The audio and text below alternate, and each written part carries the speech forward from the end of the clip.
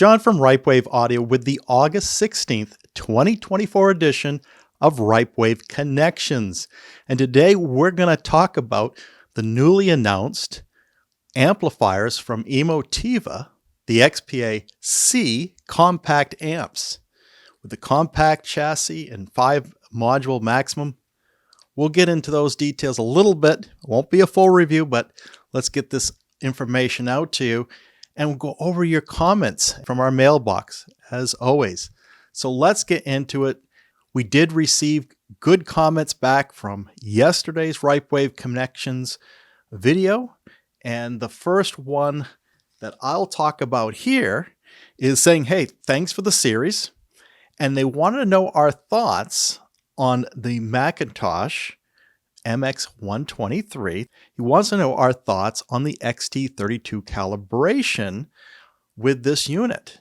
Now, because this is based on the Marantz 8805A, it doesn't have all the room calibration options as one of the latest Marantz portfolio products have.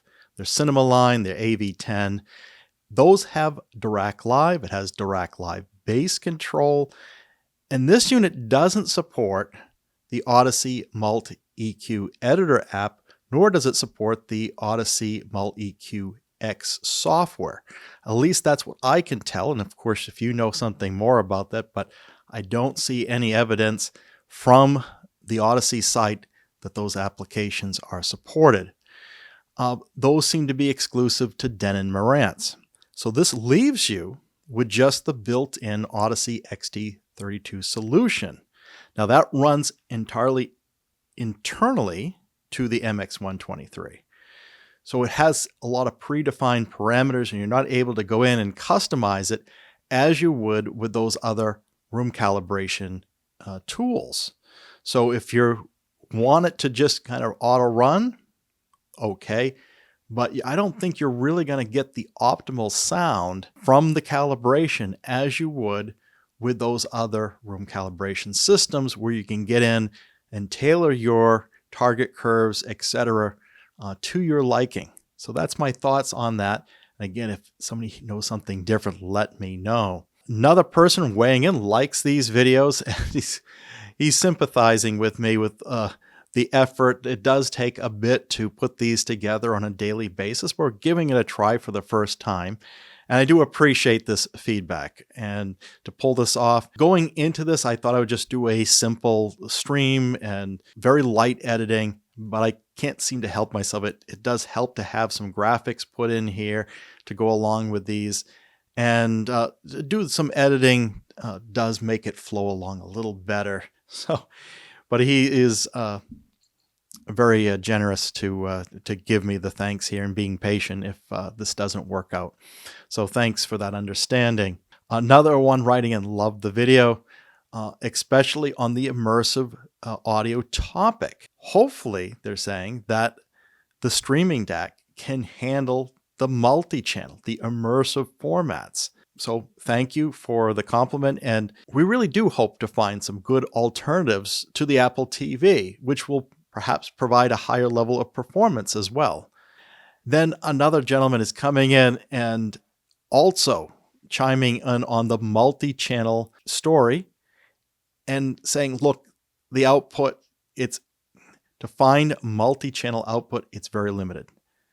He believes it's only found in the Apple TV and the Eversolo DMP A6 Master Edition. Now, I'm not familiar with that product, but with your comment, I am definitely going to look into it. He's saying that we have to configure the Apple TV in the right way. And I agree. You got to get that setting right. Now, he's pointing out that he has 3 of these and 2 supports the multi-channel output and 1 doesn't. And they're the same model. So I'm not quite sure what's going on there. I haven't heard of this inconsistency, but now we'll certainly pay attention. So this is excellent information on this topic. And, this might be confirming my fears. I don't think there's a lot out there, even if you're willing to spend over $200, even over $2,000. But I hope we can find some more examples. And if they're not here today, bring them to us. There is an immersive world out there, and we want high quality output. we shouldn't be left to just the mass marketed Apple TV. We should have some other options. So hopefully it comes. It does come back here, and this is something I'm going to have to try out. Of course, our Cinema 50 is out at the repair. They did receive it. I've been dialoguing back and forth, and it's being diagnosed right now, not too far, about a state away from where I live. It seems like Marantz is using independent repair outfits and not doing it with their own facilities. Back on this topic, he was surprised that when you take it into different modes on the Apple TV, and perhaps even a mode which requires you to do upmixing, you will get more of a bit perfect-like experience, a couple dBs higher, than would you get if you put it into the Atmos, full Atmos mode. And so I'll have to try this out when this comes back to see if I think the actual sound quality is better when it's not in Atmos and you just let the receiver do the upmixing. And let me know if I got your point correctly there. Boy, I actually want both. I want it to sound great, and I want a true Atmos experience. I don't want it just simulated. I want it as it was mixed for that soundtrack. But he provides a lot of great information here. It's going to give me a lot to go on when I do get the unit back and we can run it through and we can see similar mode. Now he has a Denon and I have Marantz, and I think sometimes Denon has a little different modes, which we've revealed in the past. That's my feedback there. Another one writing in saying that they love the Ripewave Connection series and they're looking forward to the multi-channel HDMI output. We are excited to get into this multi-channel research. As we said with the before, doesn't seem to be a lot of options out there, but we hope to find them. And if you know of some, bring them forward. De Bomberger, 2 thumbs up from Ripewave Audio. Thanks for the donation, $10. Really helps this channel. Thank you, thank you, thank you. This gentleman's writing in, can I run top middle on surround back? And he has a 5.2.6 configuration with a Cinema 50. But when he went to a second configuration, he couldn't run them alone as middle connected to the surround back terminals. So I'm not sure if I'm entirely interpreting you right. Now, I can prove that you can do such a configuration, and perhaps you found this already yourself. On the manual for the Cinema 50, page 51, they talk about setting up 3 rows of height speakers. And when you read the little footnotes in there, it says, hey, you're going to go and utilize those surround back channels for that top middle speaker. And that can help set that up. But it almost sounds like you're saying you get it working for one preset, but trying to do preset 2, it won't set up. Interesting, but when we get our setup back, we can give that a try. And if you know more about this, maybe you could bring some clarity we can get back to. This one's writing about the power supplies with the Onkyo RZ70 versus the Denon A1H, and how these are labeled and everything. If you just look at the interior photos between the Onkyo, which the specification is 1095 watts, and the Denon is 900 watts of consumption, I would have thought the Denon looks like it has a more powerful power supply. But this is how they're specified. Now, of course, there could be some other things going on here. Now, this one, going back to the A1H, but then thinking about it versus the Cinema 30, and he's making the point that if you're really looking for channels, if you're really looking to do a 9.4.6, he doesn't know what else you can find out there that will do this. Now you can look at something like the Anthem MRX 1140. It's a receiver, it's under $5,000, so the price is good. It's giving you the channels with some amplification for heights and front wides. But that product, the Anthem product, doesn't support Aural 3D and it doesn't support DTS:X Pro. So if you want to check all these boxes,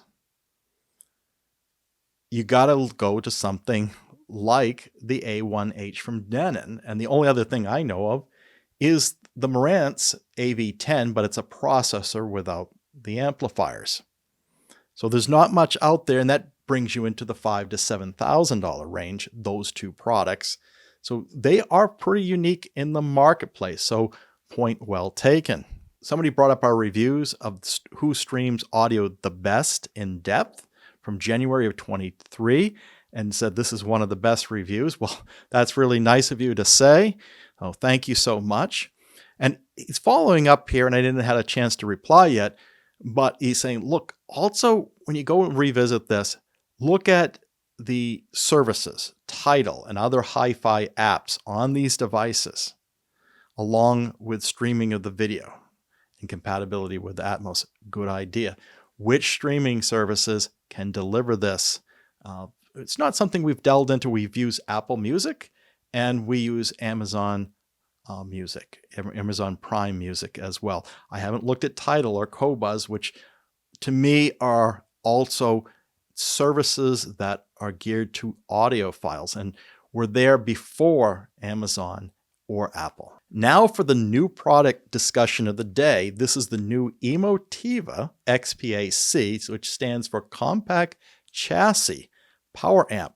And if you know our channel, we have Emotiva amps.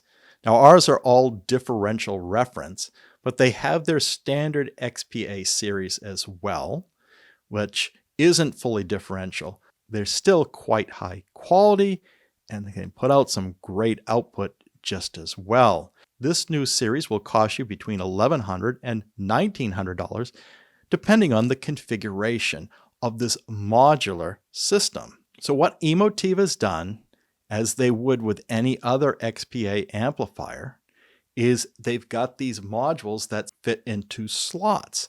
The new C chassis supports 5 of these modules. And here's one of them. This is the standard high-powered module.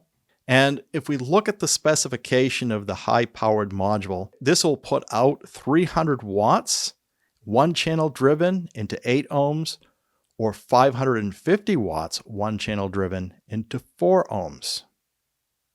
With a total harmonic distortion of 0.1% in each case. I won't get into all the specifications here, but this is quite formidable. Gain of 29 decibels, and it will take balanced and unbalanced input. And they also have their stereo module that works with this chassis. Because you're putting 2 channels into one card, that greatly reduces the power output. So 8 ohms into one channel driven at 65 watts, or at 4 ohms, one channel driven 100 watts, and also at 0.1 THD for those specifications. So those are the 2 options on the card. Again, it can be balanced or unbalanced on that connection. You just throw a switch and you've got the correct one selected. There are many options. You go onto their website and you can do a pull-down menu of what card configuration you want in this. Like I said, there's 5 slots. And the way they do this is the text written out first in the full word, 1, 2, 3, 4. That's the total number of channels. First number after that is the high-powered module count, and the second number is the stereo module count. So what we're looking at here is a unit with 2 high-powered modules. So this lines up with the 2.0C model that sells for $1,200. I'll give you 2 more examples. Here is a 5 modules put in. These are all high-powered modules. So this is a 5.0C at $1,899. And the last example here throws in some stereo modules. So what we have is a 7-channel configuration with 3 high-powered modules in the center and 2 stereo modules on the outsides, which gives you a total of 7 channels for $1,899. So this is the range depending on this. The maximum configuration is 10 channels using the stereo modules in each slot. And that one, I believe, is also $1,899. So if you look at the chassis here, with those modules in it. This is a down view. What they've done to make it compact, not as deep, they're trying to fit this into equipment racks or consoles where you don't have as much depth. The normal XPA is very deep. They took the power supply, which is usually at the front of an XPA amplifier, and now moved it to the side. In doing so, it dropped the available module slots from 7 to 5. So that's the cost of going compact. You can't fit as many modules into this amplifier. Otherwise, they're exactly the same modules. So when you compare this against its big brother, you can see the depth, and you can see how you've got now 5 versus 7.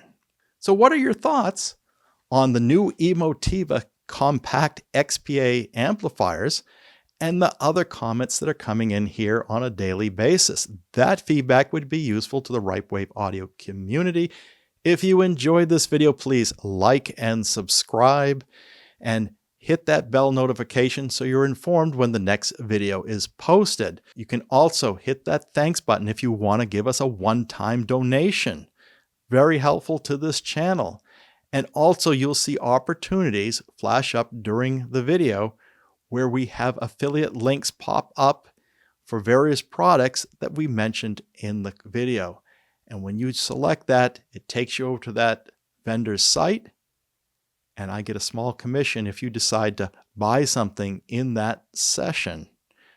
And it helps this channel out without you having to pay more for the unit that you're selecting.